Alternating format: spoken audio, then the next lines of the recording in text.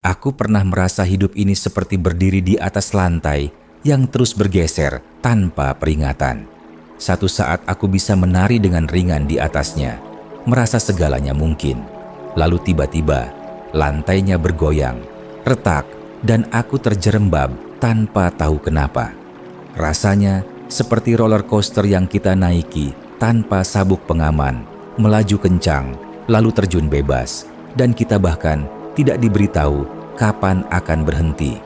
Kadang aku tertawa, kadang aku menangis, dan anehnya, sering tanpa alasan yang jelas. Pernahkah kamu juga merasa seperti itu? Aku tidak tahu kapan tepatnya aku sadar bahwa apa yang kualami itu lebih dari sekadar lagi sensi atau lagi capek. Dulu, aku berpikir, ini cuma masalah hari buruk. Tapi semakin sering aku merasa emosiku naik turun tanpa aba-aba, aku mulai bertanya-tanya, apakah aku yang lemah? Apakah aku kurang bersyukur? Atau ada sesuatu yang lebih dalam yang perlu aku pahami? Kalau aku boleh mengibaratkan mood swing, aku akan bilang, ini seperti cuaca di bulan Maret.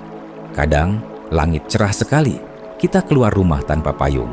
Lalu baru 2 jam kemudian, hujan turun deras tanpa belas kasihan. Kita tidak bisa mengendalikan cuaca, tapi kita bisa memilih mau pakai mantel, bawa payung, atau sekadar menari di tengah hujan.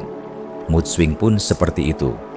Ia datang dan pergi seperti perubahan musim, dan tugas kita bukan mengendalikannya sepenuhnya, tapi belajar menari di tengah badai itu.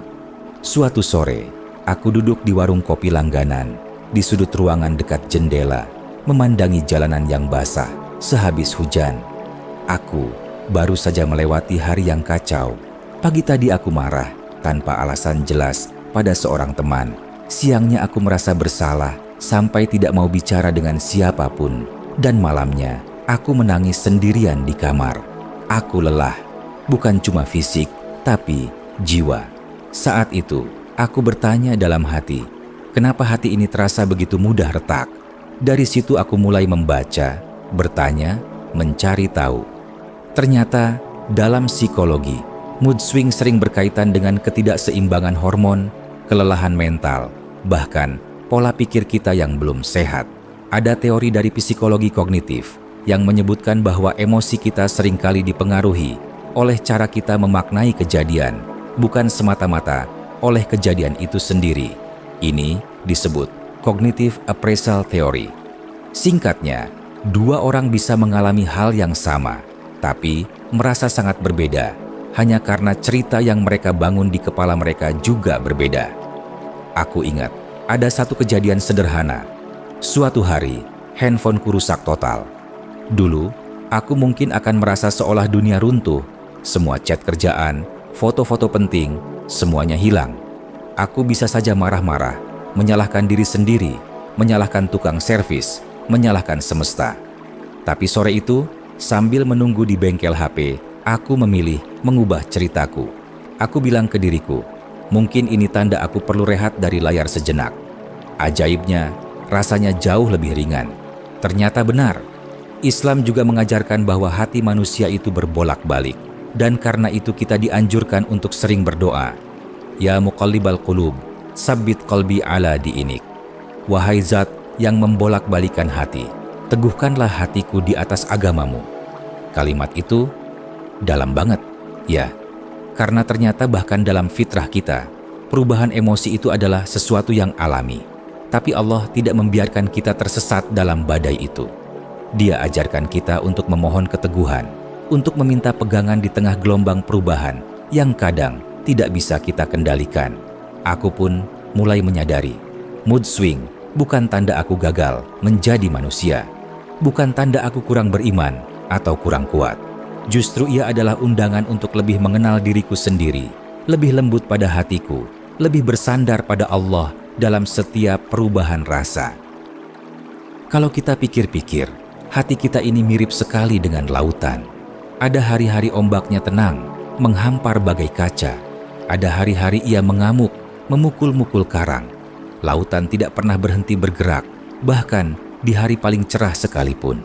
Dan laut tidak pernah meminta maaf karena berubah. Ia hanya ada. Begitu juga kita. Kita ada, kita merasa, kita berubah, dan itu bukan dosa. Tentu saja, bukan berarti kita membiarkan diri hanyut begitu saja. Sama seperti pelaut yang belajar membaca arah angin, kita pun bisa belajar mengenali pola hati kita sendiri. Aku mulai mencatat, kapan aku biasanya merasa lebih rapuh? Apa yang memicu perubahan besar dalam emosiku?